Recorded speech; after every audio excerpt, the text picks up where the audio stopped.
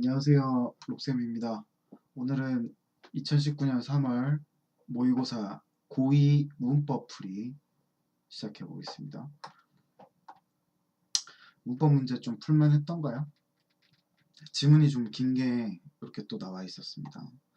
네, 여기까지 지문이 이어져 있는데 이렇게 지문이 먼저 나올 때는 문제를 먼저 확인하고 문제에서 풀 수 있으면 그냥 풀어버리면 됩니다. 근데 풀 수 없어. 무슨 말인지 모르겠으면 다시 본문으로 돌아가서 본문을 참고해서 풀어주면 되겠어요. 자, 풀리는지 한번 볼까요, 그러면? 봅시다. 11번, 적절하지 않은 거. 피어를 펴로 발음하는 건 표준 발음으로 인정된다. 이게 이렇게 변하는 현상을 우리가 이제 모음 축약이라고 하잖아요. 피어가 줄어들어서 펴라고 발음하는 거 되게 자연스럽죠? 표준 발음입니다. 혹시 이게 이제 뭔지 모르면 본문으로 돌아가야 돼요. 일단 이건 맞는 것 같아요. 그 다음 현대국어에서 피어를 펴로 발음할 때는 어간의 단모음이 반모음으로 교체된다. 어간의 단모음이라는 이야기는 피에서의 이를 말하고요. 이게 반모음으로 교체가 되었다는 얘기는 얘가 이렇게 펴로 변하잖아요. 자, 모음만 두고 한번 볼까요, 우리? 그러면은 이 어가 여로 변하는 현상 이렇게 되죠. 자, 우리 이거 공부했었거든요. 반모음 이제 이로 변하게 되면은 이가 이렇게 변하게 되고 얘는 뒷말에 획수로 들어가게 된단 말이죠. 다시 말해 축약된 형태인 여에서 여기 요 획 부분이 바로 요 반모음이다. 이렇게 얘기를 할 수 있습니다. 그러니까 단모음이 반모음으로 교체된 현상이라고 이야기할 수 있겠네요. 이것도 괜찮네요. 현대국어에서 피어의 반모음 첨가가 일어나도 피어라고 적는 것은 허용되지 않는다. 그렇죠? 첨가가 일어났다고 해서 그게 이제 발음상의 문제라고는 해도 적는 것까지는 허용되지 않습니다. 보통 음운 변동은 표기로 이어지는 것들은 별로 없어요. 니은 첨가 얘기 한번 해볼까요? 집에서 하는 일, 발음하면은 이게 이제 자꾸 집일이 된단 말이죠. 그렇다고 해서 집에서 하는 일을 집일이라고 적진 않거든요. 이것도 맞는 말. 15세기 국어 외 표기는 단모음 O와 반모음 E가 결합한 이중모음을 나타냈을 것으로 추정된다. 자, 저는 알고 있어요, 이게. 이게 맞는 말인지 알고 있는데, 현대국어를 공부했더라도 중세국어의 이 외 같은 건 모를 수 있거든요. 예, 이게 왜 그러냐면, 외가 현대국어에서는 단모음이란 말이에요. 근데 중세국어에서는 이중모음이래. 근데 또 이중모음을 만드는 방법이 단모음이 앞서고 반모음이 뒤서는 방법으로 만들어졌다. 이렇게 되어 있습니다. 현대국어 같은 경우는 무조건 반모음이 앞서고 그리고 나서 단모음이 오거든요. 여기를 보셔도 알 수 있죠. 여기 오른쪽을 보셔도 펴가 되는 경우에는 앞에 있었던 단모음이 이렇게 반모음으로 변한 다음에 이중모음으로 만들어지거든요. 굳이 순서를 따지자면 반모음 먼저 그리고 단모음 이렇게 만들어지는 게 정상이거든. 그래서 이거는 이 자체로는 좀 해결할 수 없을 것으로 보인다. 그러면 이제 본문으로 한번 가봐야 될 것 같아요. 그러면 15세기 국어 관련된 부분을 한번 우리가 찾아보면 될 것 같습니다. 15세기 국어가 어디 있을까요? 여기 있네요. 15세기 국어 여기 보이고 있습니다. 자, 이거 좀 지울게요. 자, 우리가 지금 봐야 될 건 뭐냐면 중세 국어에서는 반모음이 먼저 오고 단모음이 오는 게 아니라 단모음이 오고 반모음이 오는 케이스. 특히 오랑 이. 요걸 한번 찾아봐야 될 것 같습니다. 볼까요? 반모음 첨가나 반모음이 일어난 것으로 추정되는 흔적 찾을 수 있고 표음적 표기 동그라미 해두시고요. 소리 나는 대로 표기한다는 뜻입니다. 표기 상태를 통해 당시의 음운 현상을 추론할 수 있습니다. 되게 중요한 말이에요. 표기 상태로 음운 현상을 추론할 수 있다.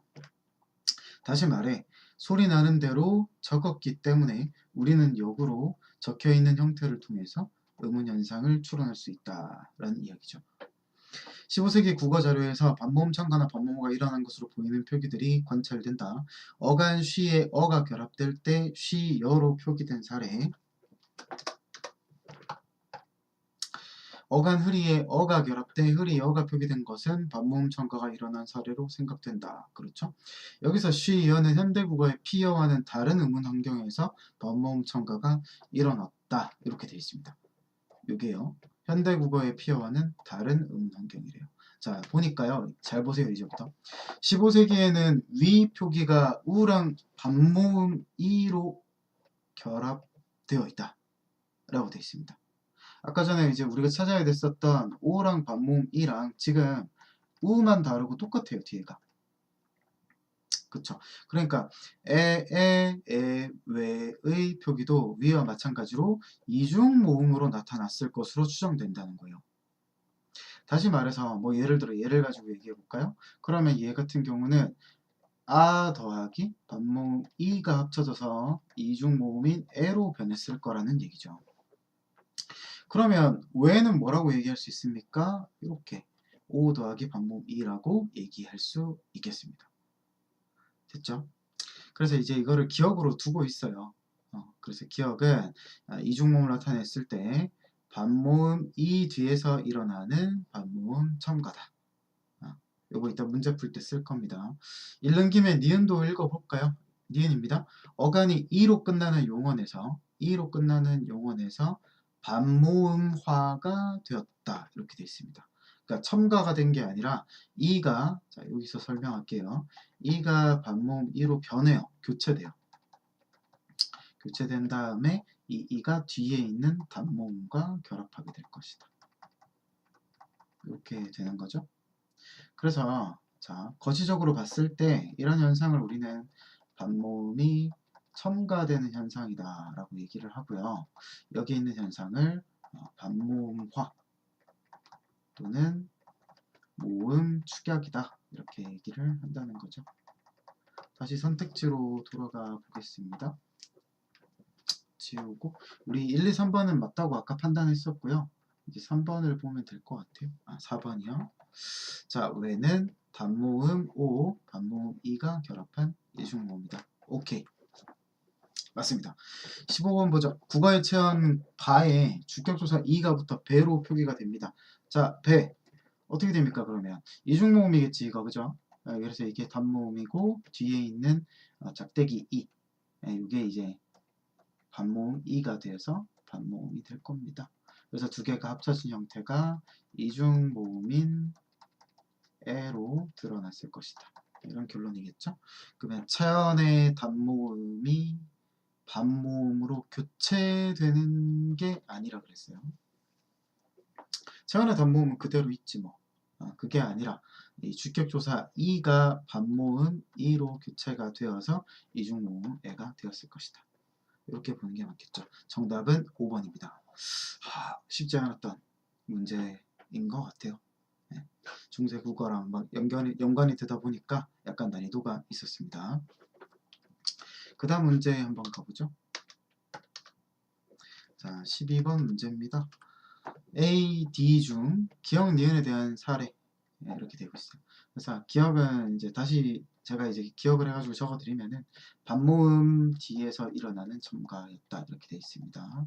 이 뒤에서 일어나는 첨가 현상이었고, 그리고 니은 같은 경우는 단모음이 반모음으로 변하는 현상이었다. 네, 그래서 첨가 현상이 아니라 제가 아까 설명드렸었죠. 축약 현상이다. 이거를 찾아보면 되겠습니다. 자, 기억부터 한번 찾아볼까요? 그러려면 이 뒤에 일단 첨가가 된 의문이 있어야 될 것 같고요. 그러니까 이런 건 안 돼요. 그죠? 얘 안 되고 니견은 여기 첨가된 거 보이죠? 기어도 보이고요. 디어도 보입니다. 일단 세 개는 첨가는 되긴 됐어요. 자, 그 다음에 따져야 될 게 뭐냐면 기억의 어간 끝이 반모음으로 끝나야 된다는 거죠. 요거 지금 단모음으로 확인됩니다. 그죠? 안 되고.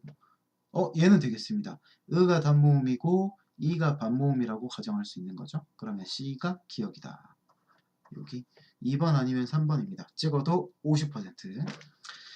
얘는 단모음이고요. 자, 그럼 이제 뒤에 있는 거 보면 될 것 같아요. 음 변동에서 축약이 일어나야 된단 말이죠. 두 개가 만나가지고 한 개로 확 줄어드는 현상을 찾아야 되겠습니다. B랑 D 중에 우리가 찾아야 될 것 같거든요. B랑 D 중에. 왜냐하면 니은의 답이 될 수 있는 게 B랑 D밖에 없으니까. 그래서 B랑 D 중에 반모음화가 된 거를 찾아보면은 니 겨는 니 겨, 니키여가 되고 디여는 디 더하기 어인데 여가 됐으니까 이거는 기랑 어가 줄어든 겨. 요 케이스를 찾는 게 모음 축약에 해당이 되겠네요. 그래서 정답은 2번이 되겠습니다. 자, 반모음이 첨가되느냐 아니면 축약되느냐 그런 차이라고 보시면 되겠고요. 제가 한 개만 더 예를 들어 드리고 넘어가도록 하겠습니다. 자, 여기다가 그냥 한번 써볼게요. 예를 들어서 뭐 2, 5 같은 게 있다고 합시다. 2 더하기 5. 그럼 얘가 이제 가질 수 있는 경우의 수는 2, 5 그냥 그대로 쓰이든지 아니면 이게 모음 축약을 겪어서 요가 되든지 아니면 반모음 첨가를 겪어서 이 요가 되든지로 표현할 수 있다는 거죠. 이거 공부하실 때 영어를 조금 사용하시면 편합니다. 그러니까 이거는 I랑 O 그냥 아무 일도 안 일어나면 I5 요가 됐다는 건 Y5 다시 말해 I가 Y로 반모음화 되었다. 괜찮죠? 그 다음에 2호 같은 경우는 I, Y, O가 되는 거죠. 그러면 없었던 Y가 첨가된다. 그래서 아무 일도 안 일어나는 경우, 모음이 축약되는 경우, 다시 말해 이제 반모음화, 그리고 반모음이 첨가되는 경우 이렇게 살펴볼 수 있겠습니다. 그 다음 문제로 가볼게요. 13번입니다. 요거는 이제 원래 이제 문제가 좀 길어서요. 왼쪽 오른쪽으로 배치를 해서 한 번에 확인을 하도록 한번 해볼게요. 탐구할 땐 수행 결과 고르랍니다. 저 같은 경우는 그냥 이걸 읽어요. 품사가 바뀐다. 품사가 안 바뀐다. A랑 B는 그런 거랍니다. 그리고 이제 밑에 가서 그걸 찾으면 될 것 같아요. 기억입니다. 이게 이제 접사가 결합되어서 품사가 바뀌냐 안 바뀌냐기 때문에 형태소 분석을 먼저 해야 될 것 같아요. 높이다 같은 경우는 원래 높다 더하기 2로 이제 해석을 할 수 있을 것 같네요. 그러면 높다의 품사를 봐야 되는데 의미적으로 따지지 마시고요. 뭐뭐 니은 는다를 넣어보는 거예요. 넣어서 된다 동사, 안 된다 형용사 이런 식으로 가주면은 구별하기가 좀 편합니다. 그러면 높다 같은 경우는 넘는다가 안 되기 때문에 일단 요것만 봐서는 형용사라는 것을 알 수 있고 높인다에 높인다 요거 다까지 같이 보면 더 좋겠네요. 그러면 니은 높인다에 니은다가 들어갈 수 있다. 높인다가 되기 때문에 얘는 동사라는 걸 알 수 있습니다. 자 그러면 얘는 품사가 형용사에서 동사로 변한 경우에 해당이 되겠습니다. 그러니 기억은 A로 일치가 돼야 되겠는데 B로 되고 있다는 거지. 바뀌지 않는 경우. 그래서 A는 틀렸고 그럼 A에 있는 선지는 먼저 제외를 해주면 됩니다. 찍어도 30%. 니은 가볼게요. 깁 더하기 2입니다. 깁 더하기 2. 깁다는 품사가 뭡니까? 깁는다 안 되니까 형용사. 그럼 깊이는 뭔가요? 물의 깊이 할 때 명사. 이러면 틀린다는 거예요. 이거는 깊이라는 말 자체만 보면 안 돼요. 지금 같은 경우에 만약에 명사라면 조사도 붙어 있어야 되는데 그것도 없어요. 그럼 약간 의심을 해봐야 된다는 거죠.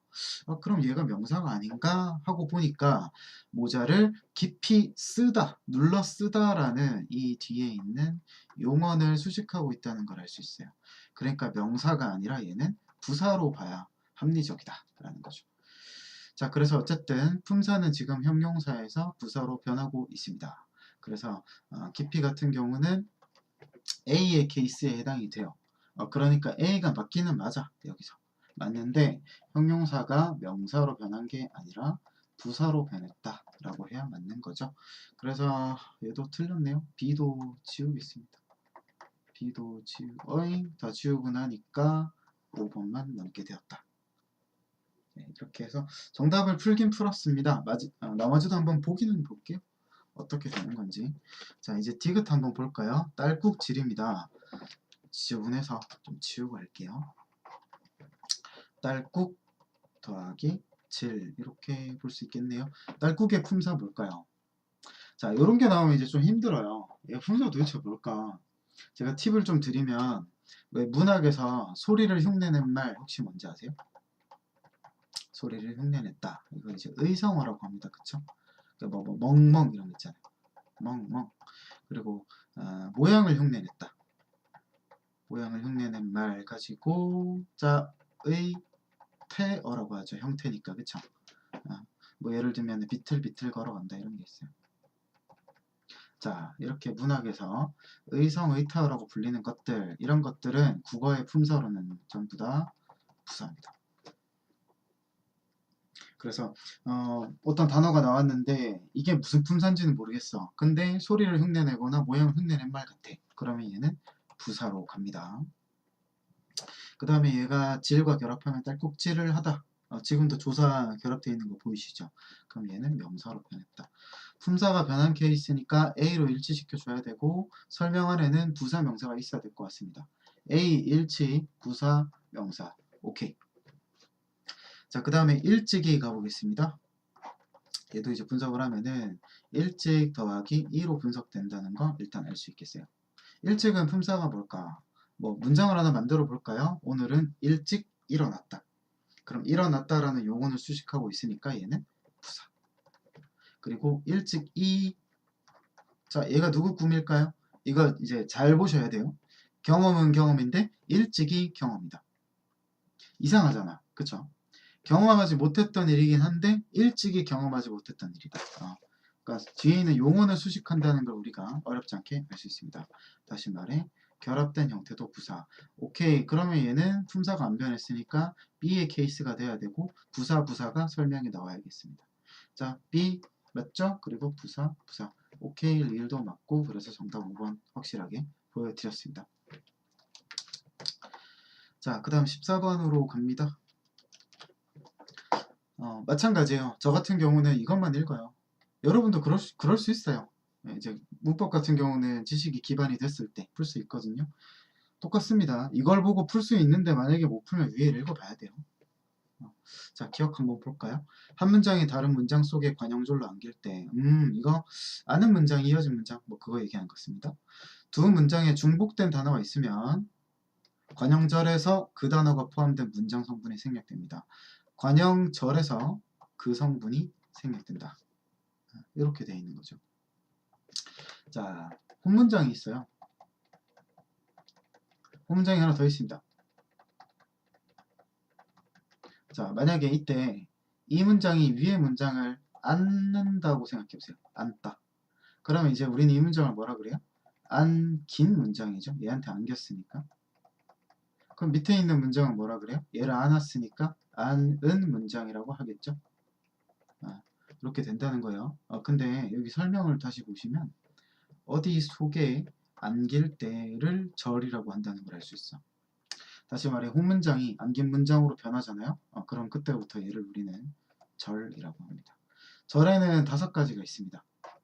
간단히만 하고 이건 넘어갈게요. 명관부서인이 있는데 이 절이라는 건 이 아는 문장 속에서 하나의 문장 성분으로 기능하게 돼요.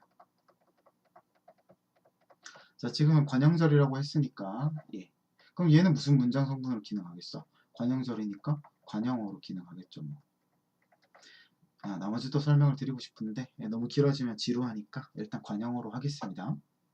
요것만 가지고 할게요. 그럼 생략이 되느냐 안 되느냐를 따져보면 되겠습니다. 자, 5번부터 한번 해볼게요. 요거 잘 안되는 분들은요, 제가 분석하는 방법으로 한번 따라해보세요. 자, 보여드릴게요. 서술어를 찾습니다. 먼저 깨끗하다. 서술어. 그럼 뭐가 깨끗해요? 물이 깨끗해요. 주어. 끝. 이러면 이게 이제 뭘 찾은 거냐면 아는 문장의 서술어랑 주어를 찾은 거예요. 그 다음에 뭘 하냐면 자, 이거는 필기해 두셔도 좋아요. 뭐뭐 다로 끝날 수 있는 말을 찾아요. 끝나는 말이 아니에요. 끝낼 수 있는 말이에요. 자, 한번 해볼까? 골짜기 여기 있네. 흐르다. 얘 다로 끝날 수 있지. 근데 다 대신 지금 뭐 들어갔어요? 는 들어갔다는 거죠. 는은 관형어를 만드는 어미, 관형사형 어미 중에 하나였죠.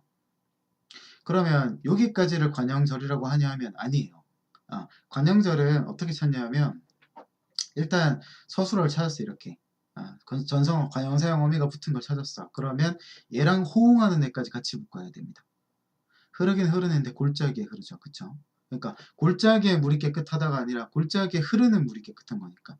자, 그렇기 때문에 얘가 아니라 여기까지 묶는 게 아니라 여기까지 묶어서 얘를 우리는 관형절이라고 한다는 겁니다. 여기까지는 됐죠? 자, 그러면 이 관형절을 문장으로 풀어봅니다. 골짜기에 흐르다 이렇게 골짜기에 흐르다. 근데 뭔가 빠진 것 같아요. 뭐가 골짜기에 흐르는 건데요? 물이 흐르는 거잖아요. 그러니까 물이 골짜기에 흐르다가 원래 자, 잘 들어보세요. 원래 본문장의 형태였다는 거예요. 그런데 얘가 아는 문장 속으로 들어가면서 즉 절로 변하는 과정에서 자, 뭐가 없어졌습니까? 물이라는 단어가 사라졌다는 겁니다. 왜 사라졌어요? 아는 문장에도 물이 있었으니까.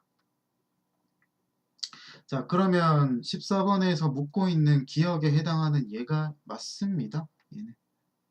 됐죠? 자, 이제 속도 조금 올려서 하겠습니다. 씻었습니다. 누가요? 내가요. 뭘 씻었는데요? 딸기를 씻었어요. 끝. 이게 아는 문장. 이게 아는 문장. 자, 이제 다로 끝나는 말 찾습니다. 그랬더니 먹다가 있네요. 누가 먹는 건데요? 동생이요. 그러면 동생이부터 먹을까지를 같이 묶어야 관형절이 되겠죠? 자, 그러면 문장으로 이제 풀어봅니다. 그럼 어떻게 돼요? 동생이 먹다. 뭘 먹는데? 딸기를 먹다. 딸기가 중복돼서 딸기가 생략되었다. 이렇게 가면 됩니다. 좀 지저분해서 지우고 합니다. 3번이에요. 꺼냈습니다. 누가요? 그가요. 뭐를? 소설책을. 끝. 이제 뭐뭐 다로 끝날 수 있는 말 it 보이네요. 그죠? 뭐가 있는데요? 소설책이. 어디에? 책장에. 그러니까 여기서부터 여기까지 묶으면 되고 문장으로 풀어보면은 소설책이 책장에 있다 이렇게 되잖아요. 그럼 소설책이라는 단어가 중복되기 때문에 생략됐다. 2번입니다. 아름답습니다. 뭐가요? 마을이요. 끝. 끝. 이제 다로 끝나는 말 찾아요. 살다 있네, 살다. 누가 사는 거야? 내가 사는 거지 뭐. 그래서 여기서부터 여기까지 묶어서 관형절로 봐주면 되고 내가 살다 어디에? 마을에. 됐죠? 그래서 마을이 중복되기 때문에 2번도 괜찮습니다. 1번은 자 몰랐어요. 누가요? 그녀가요. 뭘 몰랐는데요? 사실을 몰랐대. 네. 자, 그래 다로 끝나는 말을 보니까 가다가 있습니다. 가요. 여행을 가는 거고 그가 가는 거니까 여기서부터 여기까지 관형절로 묶으면 됩니다. 문장으로 전개해 볼까요? 그가 여행을 가다 이렇게 되죠. 사실을 이 안에 넣을 수 있겠어요? 그가 여행을 사실 뭐 이상하잖아요. 사실 그가 여행을 가다. 그게 아니라 잘 생각해 보니까 이런 거였네. 그가 여행을 가는 것이 뭐였던 거예요? 사실이었던 거예요. 자, 그래서 뭐 나중에 기회가 되면 제가 설명을 드리겠습니다만 이런 식으로 관형절이요. 그것의 꾸밈을 받는 명사 이것과 같은 자격을 가질 때 이러한 문장을 우리가 뭐라고 하냐면 동격 관형절을 아는 문장이다. 이렇게 얘기를 합니다. 나머지 이 네 가지 있었죠. 그러니까 내가 사는 책장에 있던 동생이 먹을 골짜기에 흐르는 같은 이런 관형절을 우리는 관계 관형절이라고 합니다. 자, 이렇게 해서 14번의 정답 1번 풀어냈습니다. 마지막 문제입니다. 이제 지우고 할게요.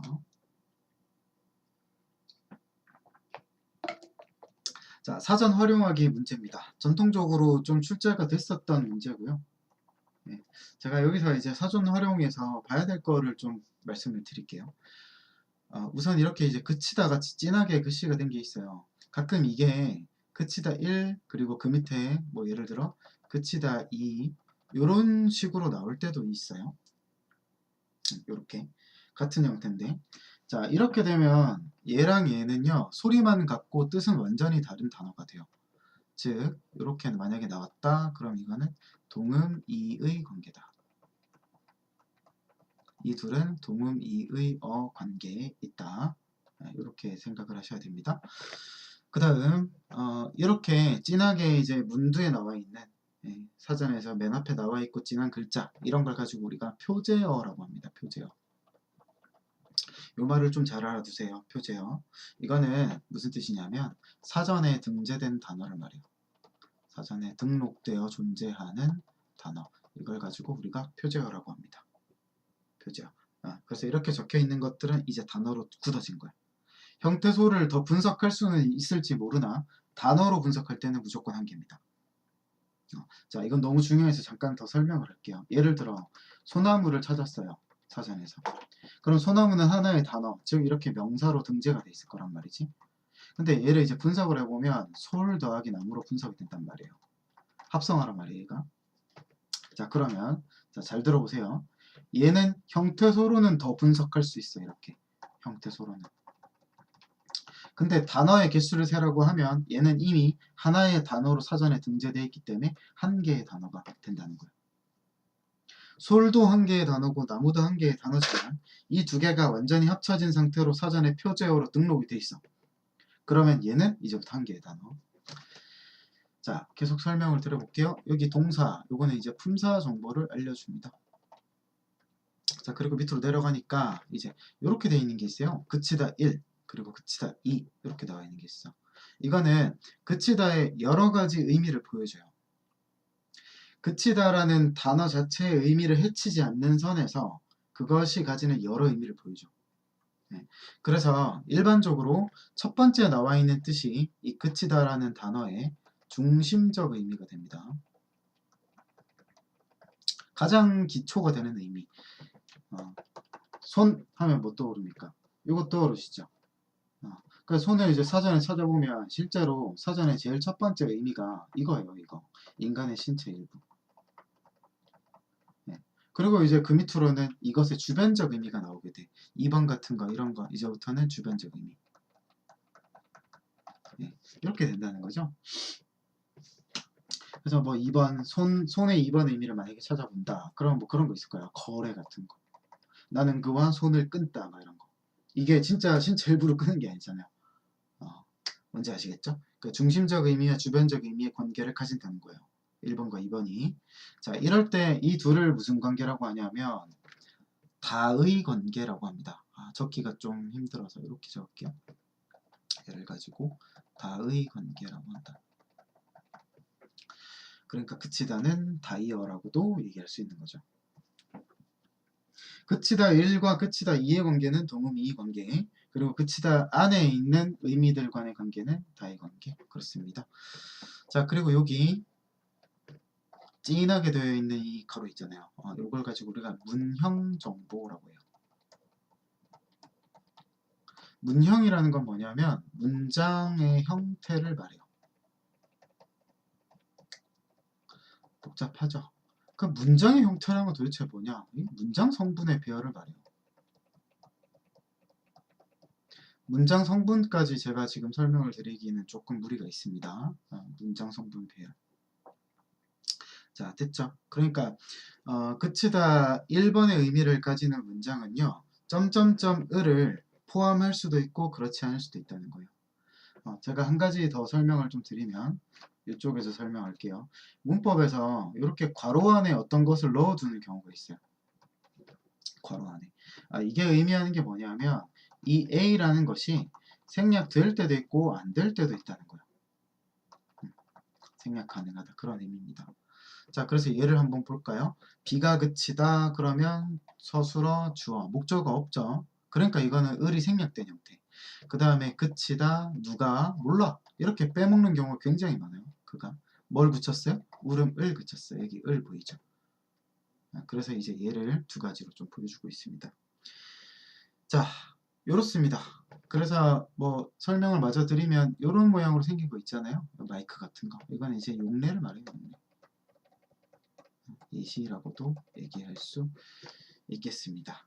자, 사전 활용하기는 이걸로 이제 좀 정리를 해보시면 좋겠습니다.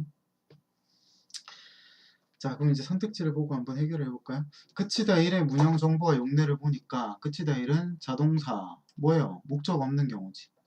타동사 목적어 있는 거. 로도 모두 쓰일 수 있다. 맞는 말이죠. 그래서 점점점을로 돼 있었던 겁니다.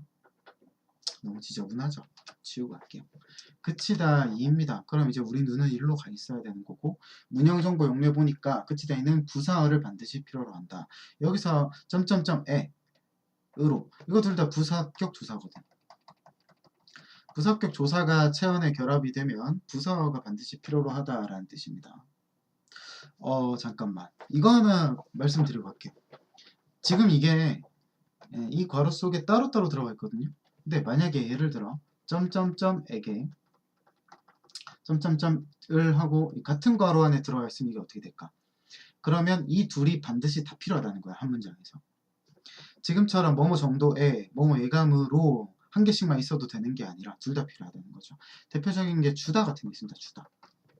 문장 만들어 볼까요? 주다. 그럼 주어 있어야겠지. 그가. 그거 뭐 줬는데? 선물을. 자, 완전하지 않습니다. 선물을 누구한테 주는 게 있어야 될 거 아니에요. 뭐 그녀에게 이런 게 들어가게 될 거라는 거죠. 자, 그래서 문형 정보는 을에게 가가 됩니다. 좀 이상하죠? 왜? 가는 없으니까. 근데 얘는 원래 빠져요. 지금도 이 예에서도 빠져 있었잖아요. 이건 왜 그러냐면 우리말에서 이제 문장이라는 건요. 반드시 주어 서술어를 가지고 있어야 돼. 반드시 주어 서술어를 가지고 있어야 돼. 그렇기 때문에 문형 정보에도 주어는 당연히 있어야 하기 때문에 표시하지 않는 겁니다. 네, 이렇게 됩니다. 자, 설명하는 김에 이것까지만 설명을 좀 드릴게요. 혹시 서술어 자릿수 들어보셨습니까? 서술어 자릿수. 서술어가 요구하는 필수 문장 성분의 개수. 이걸 가지고 서술어 자릿수라고 하거든요. 그럼 예를 들어서 이렇게 두 개가 띵 나왔다. 그러면 한 자리, 두 자리 요구하고 주어는 무조건 필요하니까 이 두 자리에다가 1을 더하면 이게 서술어 자릿수가 된다는 거지. 재밌죠? 그냥 얘 같은 경우는 이 그치다 1 같은 경우는 서술어 자릿수가 한 자리일 수도 있고 을을 포함하면 두 자리일 수도 있게 되는 거지. 얘는 무조건 한 개씩 있으니까 무조건 2는 두 자리가 되는 거고, 얘는 아무것도 필요 없네요. 그럼 얘는 뭐겠어요? 한 자리. 얘는 을 필요하니까 두 자리. 이런 것도 얘기해 볼 수 있습니다. 자, 어쨌든 2번 선지도 지금 맞는 선지로 해석이 되고 있습니다. 반드시 필요합니다. 3번입니다. 멈추다 2의 용례로 차가 경적을 울리며 멈추다를 추가할 수 있다. 이렇게 돼 있네요. 멈추다 2로 한번 가보죠. 멈추다 2 반드시 을을 요구한다. 그래서 기계를 멈추다 이렇게 돼 있었죠. 여기서 을 찾아봐야 돼. 을. 경적을 울리며 있습니다. 맞네. 넘어가면 망하는 거죠. 왜냐면 호응을 봐야 돼요. 호응을. 경적 을을 요구하는 게 정말로 멈추다냐 이거예요. 자, 볼래요? 멈추다. 뭐가요? 차가요. 끝. 뭐가 더 필요합니까? 경적을은 그러니까 필요 없는 성분이었던 것 같아. 그러면 경적을을 필요로 하는 서술어는 뭘까? 다로 끝나는 말 찾으면 되겠지. 여기 보면 울리다 같은 거 있습니다. 뭘 울립니까? 경적을 울리는 거죠. 다시 말해 경적을은 멈추다에 호응하는 성분이 아니라 울리다에 호응하는 성분이었다. 그러므로 이 사례에는 들어갈 수 없다. 정답은 3번. 4번입니다. 그치다 멈추다는 다이어다. 아까 설명드렸습니다. 이렇게 두 가지 의미 가지고 있죠. 아마 이거 말고 더 있을 거예요. 그치다 1과 멈추다의 뜻풀이 용례를 보니까 유의 관계에 있다. 이렇게 돼 있네요. 그치다 1의 뜻풀이 계속 되던 게 멈추거나 끝나고 비가 그쳤어요. 멈추다의 뜻풀이를 보니까 사물의 움직임이 그치다. 시계가 멈추다 이렇게 돼 있습니다. 울음소리가 울음소리는 울음이랑 정말 비슷한 말 아닙니까? 이게 끝나는 행위에 대해서 말하고 있다. 유의관계 맞군. 이렇게 봐주면 되겠습니다. 자, 마지막으로 이것만 말씀드리고 끝낼게요. 유의관계에 대해서 모르는 사람이 있더라고요. 한자어가 나왔는데 뭔지 모르겠다. 절반으로 끊습니다. 그 다음에 이 전체 의미가 가지고 있는 어렴풋한 의미와 비슷한 단어를 넣어보는 거예요. 그러면 이렇게 되지 않을까? 유사의미, 이런 식으로. 그럼 반의 관계 할 때 반의는 뭐게요? 반의를 쪼개. 반의. 뭔가 반대 이야기 같은데? 그러니까 반대 의미. 이렇게 들어가게 되겠죠. 자, 이렇게 해서 2019년 3월 고2 모의고사 문법 파트 풀이를 마쳤습니다. 독서 파트도 풀이해서 올리도록 할게요. 자, 고생했습니다. 감사합니다.